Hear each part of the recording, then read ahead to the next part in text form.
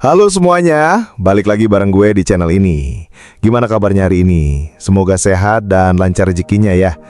Nah, kali ini kita mau bahas topik yang mungkin bikin sebagian dari kalian ngerutin dahi. Tapi ini realita yang terjadi di lapangan. Pernah gak sih kalian ngerasa pas mau beli motor tunai kok kayaknya dipersulit? Stoknya nggak ada lah, diskonnya kecil lah, pelayanannya beda sama yang kredit. Tapi giliran mau kredit, langsung gercep, dijemput, diurusin semua. Nah, hari ini kita bakal bongkar tuntas kenapa sih dealer motor di Indonesia itu lebih suka pembeli kredit daripada pembeli tunai. Padahal kan tunai itu cash keras, langsung lunas. Penasaran? Yuk kita bedah satu persatu. Oke, langsung aja ke inti yang pertama. Kenapa dealer lebih suka kredit? Jawabannya simple, ada duit tambahan di sana. Jadi gini bro and sis, saat kalian ambil motor secara kredit, itu kan melibatkan pihak ketiga, yaitu perusahaan pembiayaan atau yang biasa kita sebut leasing. Nah, dari setiap transaksi kredit yang berhasil, dealer itu dapat komisi atau fee dari leasing. Ini bukan rahasia lagi, tapi banyak yang nggak ngeh.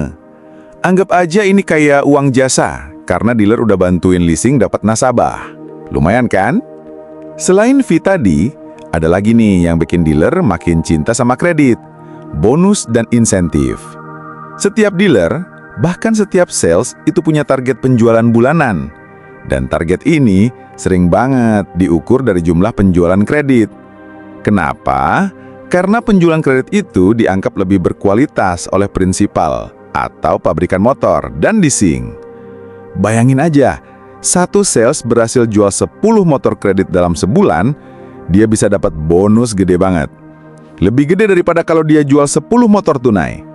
Jadi secara finansial, dealer dan sales itu didorong banget buat ngejar penjualan kredit.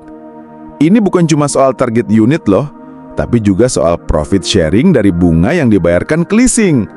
Jadi makin banyak kredit, makin tebal dompet dealer dan salesnya. Dan yang terakhir di poin ini, banyak dealer itu struktur finansialnya memang udah dibangun di atas pondasi transaksi kredit. Mereka udah punya kerjasama erat sama beberapa leasing.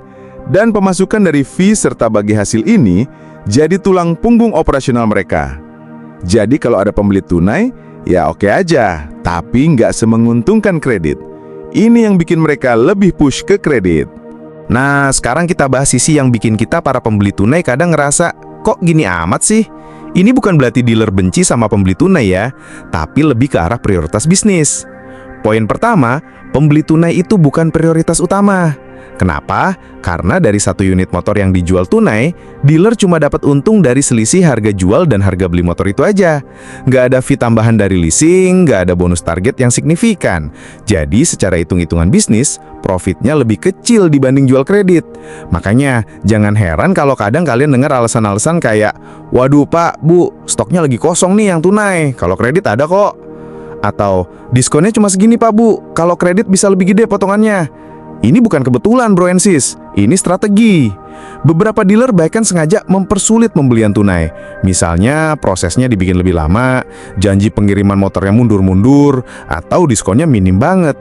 Tujuannya cuma satu, mendorong kalian buat mikir, mending kredit aja deh, lebih gampang. Ini adalah taktik halus untuk mengarahkan kalian ke opsi yang lebih menguntungkan bagi mereka. Mereka pengen kalian ngerasa kredit itu solusi yang lebih praktis, padahal ujung-ujungnya kalian bisa bayar lebih mahal karena bunga dan biaya lainnya. Oke, kita masuk ke poin terakhir.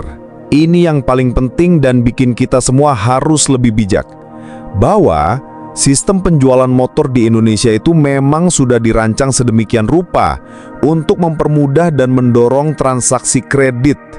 Coba deh kalian perhatiin, proses pengajuan kredit itu gampang banget kan? Cuma butuh KTP, slip gaji, survei cepat, terus langsung di-approve.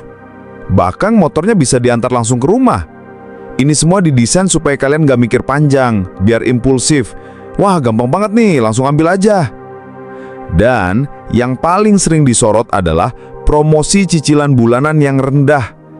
Mereka fokusnya cuma di cicilan cuma 500.000 sebulan atau DP cuma 1 juta. Tapi jarang banget kan mereka ngasih tahu total harga motor kalau dicicil selama 3 tahun itu berapa. Padahal, kalau dihitung-hitung, selisihnya bisa jutaan rupiah. Ini yang sering disebut sebagai jebakan, karena kita cuma lihat angka kecil di depan, tapi nggak lihat total biaya di belakang. Jadi, kredit motor itu seringkali jadi jebakan yang disamarkan sebagai solusi. Di satu sisi, memang membantu orang yang butuh motor, tapi dananya terbatas. Tapi di sisi lain, ini menguntungkan semua pihak, kecuali si peminjam itu sendiri. Dealer dapat fee dan bonus, leasing dapat bunga, pabrikan motor dapat penjualan. Yang bayar lebih banyak, ya kita, konsumen. Faktor ekonomi juga ikut andil, bro and sis. Harga kebutuhan naik, pendapatan kadang gitu-gitu aja. Beli tunai motor seharga puluhan juta itu bukan hal yang mudah. Makanya, kredit jadi pilihan yang seolah-olah paling masuk akal. Ini menciptakan pasar yang terus-menerus bagi leasing dan dealer selama daya beli masyarakat untuk tunai itu rendah. Nah, itu dia bro and sis, kenapa dealer motor di Indonesia itu lebih condong ke pembeli kredit. Ini bukan berarti kredit itu jelek ya, bukan. Kredit bisa jadi solusi kalau memang kalian butuh dan sudah memperhitungkan matang-matang. Tapi penting banget buat kita tahu kenapa sistem ini berjalan seperti ini, biar kita nggak kaget atau merasa aneh sendiri. Intinya, sebelum memutuskan beli motor, baik tunai atau kredit, pahami dulu seluk-beluknya. Hitung baik-baik, jangan cuma tergiur cicilan rendah. Bandingkan, karena uang yang kalian keluarkan itu hasil kerja keras kalian. Semoga video ini bisa nambah wawasan kalian ya. Kalau kalian punya pengalaman serupa atau punya pandangan lain, yuk share di kolom komentar di bawah. Jangan lupa juga, kalau kalian suka video ini, klik tombol like, share ke teman-teman kalian, dan yang paling penting, subscribe channel ini biar nggak ketinggalan info-info menarik lainnya. Sampai jumpa di video berikutnya. Tetap semangat, tetap bijak dalam bertransaksi.